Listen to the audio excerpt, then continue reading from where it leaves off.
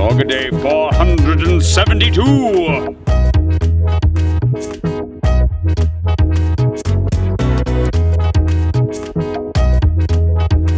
Good morning. It is far too early to be civil. At least if the distant dawn that is far from arriving has anything to say about it. Today, I want to talk a little bit about the difference between traditional publishing and self-publishing. I thought we could go over three major differences between them, as well as a couple of reasons why I went for self-pub for a long time, and I'm now basically changing over and hoping to go traditional as well. And I say as well because I don't intend to leave self-pub behind, because there are great uses for it and there's a great reason to continue to self-pub. There are reasons to self-pub being, self-publish, but it can't do everything. Neither of them can. They're both limited. So let's talk about that today. And hopefully along the way, we'll wake up. So why should I listen to some schmuck wearing a scarf? You might be asking yourself. Well, it's cold. That's why I'm wearing a scarf. Also, because I've self-published 7 books, have been rejected for one on the trad side. Although I'm writing or revising another one for the trad side, and that's part of it. I've got a lot of experience publishing myself. I know a bunch of authors and publishers. Authors on both sides of the fence, publishers obviously on one side of the fence. I mean, it really is a purely academic subject. You could probably just look this up on your own and figure it out for yourself. But I've been down the road enough to know what the differences are in some really big and small ways. So why don't you just let me tell you a little bit, and then you can go look around and see if I was telling the truth, I guess. If the scarf really does undermine my trustworthiness that much. Maybe it's the sunglasses. The sun's coming up though. I mean, we're almost at that point. Look.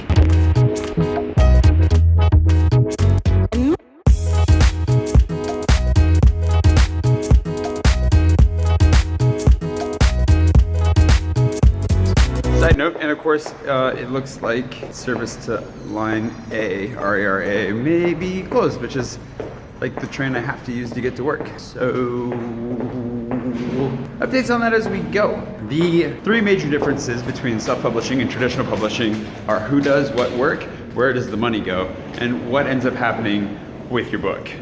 Like, where can it go? What can it do? This is really bad. Look at this.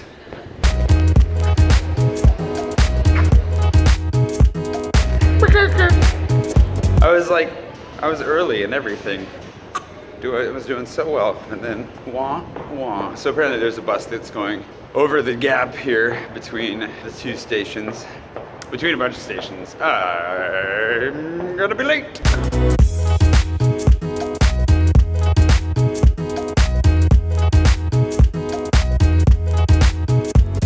Well, at least it's a free bus. See how long we end up waiting here before we go, because it is very empty.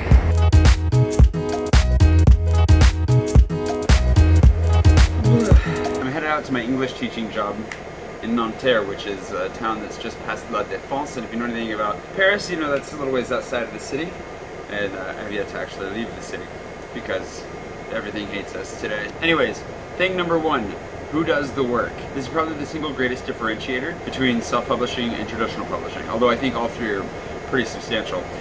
In the end, if you do traditional publishing as an author, you write your manuscript, you get it as polished as possible, and then you send it off to publishing house, editor, your agent, however that system works. And of course, if you are doing it traditionally, you have to go through a system, right? Like, you can't just publish it. Other people have to validate that they think it's worth buying. Kind of the usual way that works is that you get an agent, you query agents, you find somebody who's interested in representing your work, then they take your manuscript. If they don't have any major changes to make to it themselves, they go ahead and start moving around to different publishing houses where they have relationships. They try to use those relationships to get your book sold, find an editor, find a home for the book, right?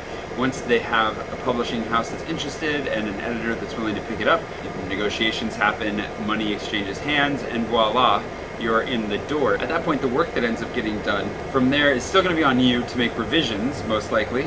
Your editor, assuming that they're actually paying attention to what you've handed them, which doesn't always happen, but assuming that they're paying attention to what you've handed them, depending on what the condition of the book is in, you'll probably go through a round or two of revisions with your editor. They're going to design the book for you, they're going to do the cover for you, they're going to do marketing and promotion for you, again, depending on your contract. They might do a lot of marketing for it, they might do no marketing for it, so it really just depends on a number of fronts what it's going to end up looking like. But at that point, your work isn't done, because still as a traditionally published author, you need to be doing your own promotional stuff. Hopefully the in-house marketing for the publishing house is going to be doing the lion's share of that work for you, organizing book tours. Most likely there'll be online book tours. They really don't do in-person book tours anymore. Different press. Ooh, we're moving. This is good news. Hopefully different, yeah, that's right.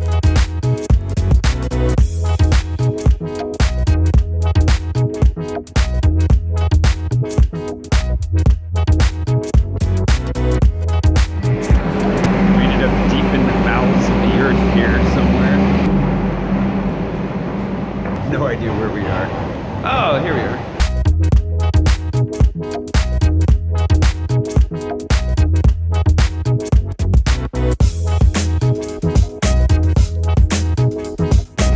That was worth popping up here to see. All right, back to the train. Bye, son. It was nice to see you while this lasted. So yeah, a traditional publishing house offers support, editing, marketing, and legitimacy, which is part of something that's going to play into part 3.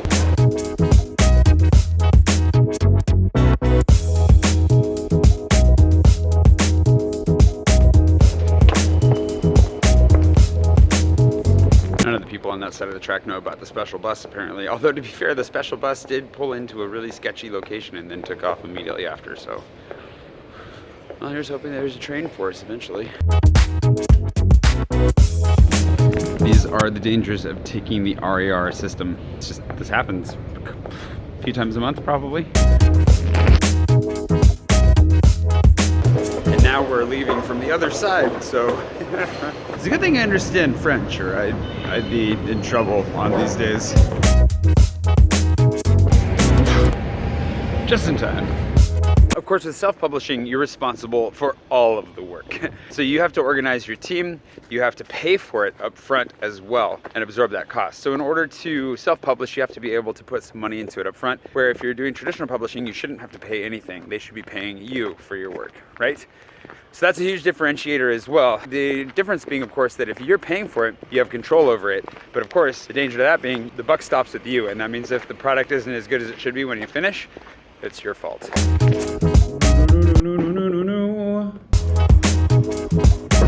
Let's talk royalties for a second. How does it work? How does making money with publishing actually work? Now, if you're indie, you can expect one of these to be fairly solid. Ebooks you should be making around 70%, depending on who you're going through, but this is Amazon's rate, and Amazon is king, so this is what you should be expecting to make. Paperback depends, because if you go with print on demand, POD, then it's going to cost you a lot more because you're going to be printing and shipping one book at a time, and that's pretty expensive. So you're not going to make much. Into the Nansen sells for something like $30, and I make like $1 on that because it's so expensive to print. Whereas the Shadows of the High Age, that sells I think for about $10, and I make maybe $2. That's a significant difference, right? However, if you want to print a run, you can go to a printer, like my buddies over at Kraken somewhere else, and they'll actually go over to China and print 500 or 1,000 books for you. The thing is, that's a big upfront cost. This doesn't cost you anything upfront. This doesn't cost anything upfront. This costs a lot upfront. So it cuts into what you make significantly if you don't sell very many books. If you sell a lot of books, this is great because you make a much larger margin on what you're selling. If you are a trad, ebooks now, you make around 25% if you're lucky. You might only make something like 17%. You're only going to make 17% on paper, and that actually might be the same for ebooks as well. Now, this looks like a significant difference, and it is, but you have to remember, the reason that you're not getting paid as much on this side for your royalties is because there are other people putting work into that book that are also going to be earning off of their work as well, right? When you're on the indie side, you're paying for everything up front. So the big difference on the money is for indie, you pay up front.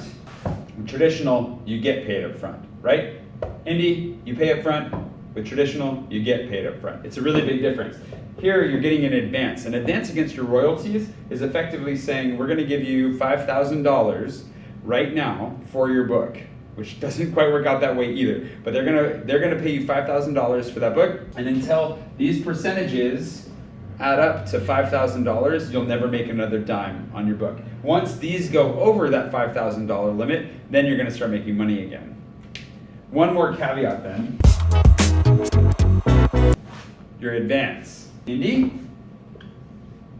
No advance. You're paying up front, right? It's your money going in. Okay, so you are the investor when it comes to publishing independently. They say now that for traditional publishing, the average advance is about $5,000. Of course, this depends on who you are. If Obama wants to write a book, he'll get a huge advance. Nameless schmuck like me wants one. Hopefully I get more than $5,000, but $5,000 is kind of the entry point for your first book.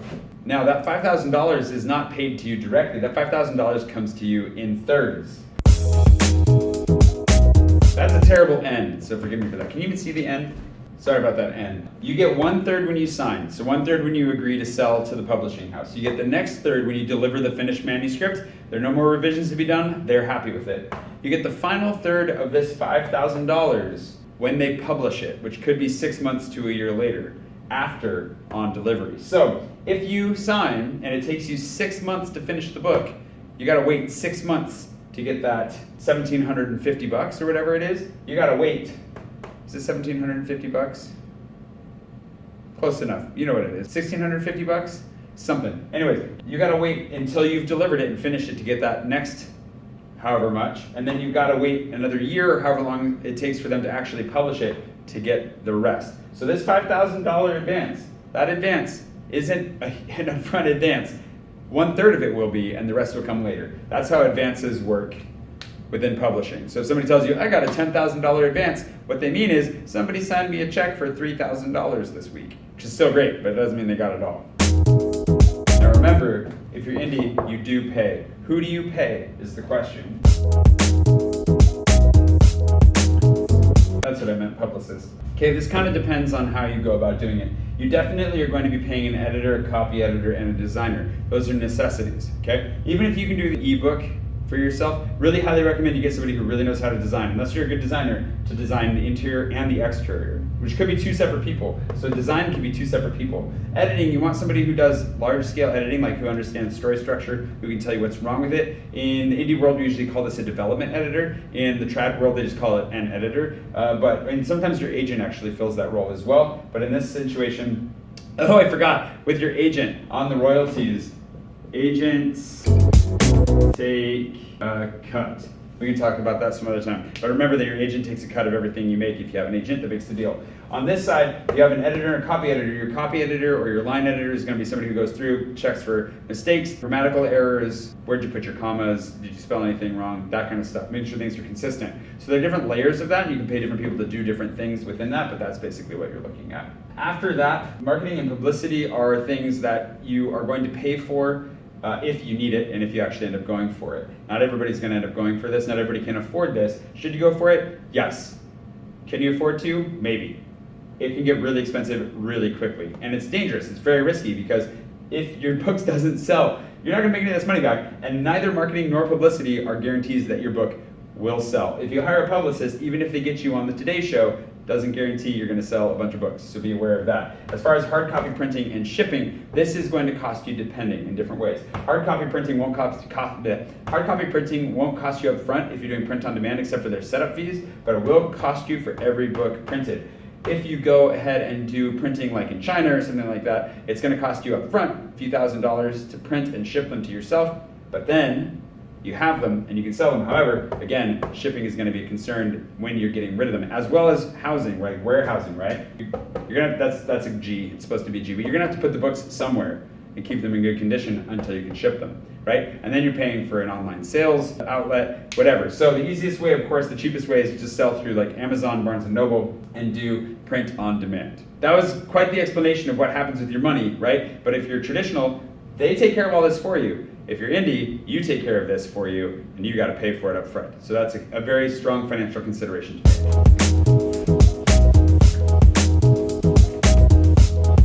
Voila.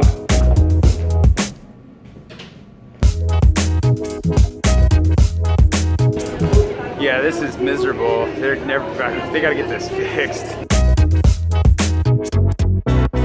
It is late.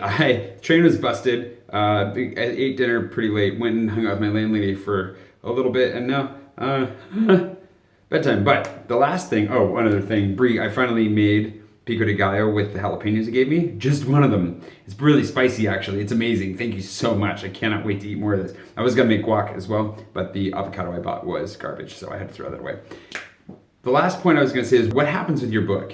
And what's the difference between self-pub and traditional publishing? There's a number of things that are gonna happen if you're traditionally published that are not going to happen if you're self-published. At least there are more opportunities for it to happen. For one, distribution is going to be wider. You're going to be able to get into bookstores, at least a lot more bookstores than if you hustle on your own, airports, that kind of stuff. The odds of you getting picked up for movie, TV, those kinds of deals goes up significantly, especially because you have an agent, you have a team within the publishing house that's probably working to sell those rights. And finally, you're going to have a lot more legitimacy as far as reviewers and the outside world are concerned. There's a lot more respect for and a lot less stigma against self-publishing now than there used to be, but it still feels very much like a slush pile. And it's very hard for people to know which books are really worth reading and which ones aren't. And that's not to say that every book a traditional publisher publishes is a great book. That's obviously not true. There are tons of books that are published every year that don't go anywhere. Not necessarily on their own merits, but if they knew how to make a bestseller out of every book would be a bestseller. So there are risks involved in both, but your odds of becoming a bestseller are significantly better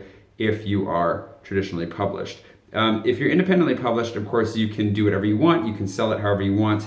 You're not going to be restricted in how you present it, what you do with it, who you hand it off to. Like, you actually have a lot of options as to what you can do with it, but those options are obviously limited because you're not going to have the same reach that an agent and a publishing house. So those are things to be considering as well. The differences in between the two then are basically how much work you want to put in and also kind of what the results you're looking for. If you're looking for money up front and you're looking for recognition and that validation right out the gate, traditional publishing is going to be for you. If you're looking for a lot more control, you're not worried about making money right up front, you actually are happy to spend some money to make it into the product you want it to be, and you're ready to hustle and just get it out there and see if you can market it yourself. If you already have a platform that you can use to sell that book, then self-publishing definitely could be for you. For me, I'm at a point where I'm going to continue to self-publish the projects that I think it fits well, but there are books that I am writing and that I want to write that I think would fit the traditional model very well. And that would serve my career very well. Even if at the surface it doesn't feel like it's going to make as much money, I think that they're the proper stepping stones towards the career that I want to have, where I can better choose between either path based on the project that's in front of me. Hopefully this made a whole lot of sense. Sorry if it wasn't interesting to you today. Today was gonna be kind of a boring day anyways because I was teaching English, so this seemed to be like a fairly good middle ground. If you haven't subscribed yet, please do subscribe, like the video. And if you have any questions about publishing as a whole or between traditional self-publishing, if I can answer it, I'd happily answer it in comments below. If I can't, of course, I will try to point you in the direction of resources that I think are better than me, which there are lots of resources that are better than me, but hopefully this at least answered a couple of your questions, maybe spawned a couple new questions. And of course, as usual, I will see you tomorrow, assuming I survive the night.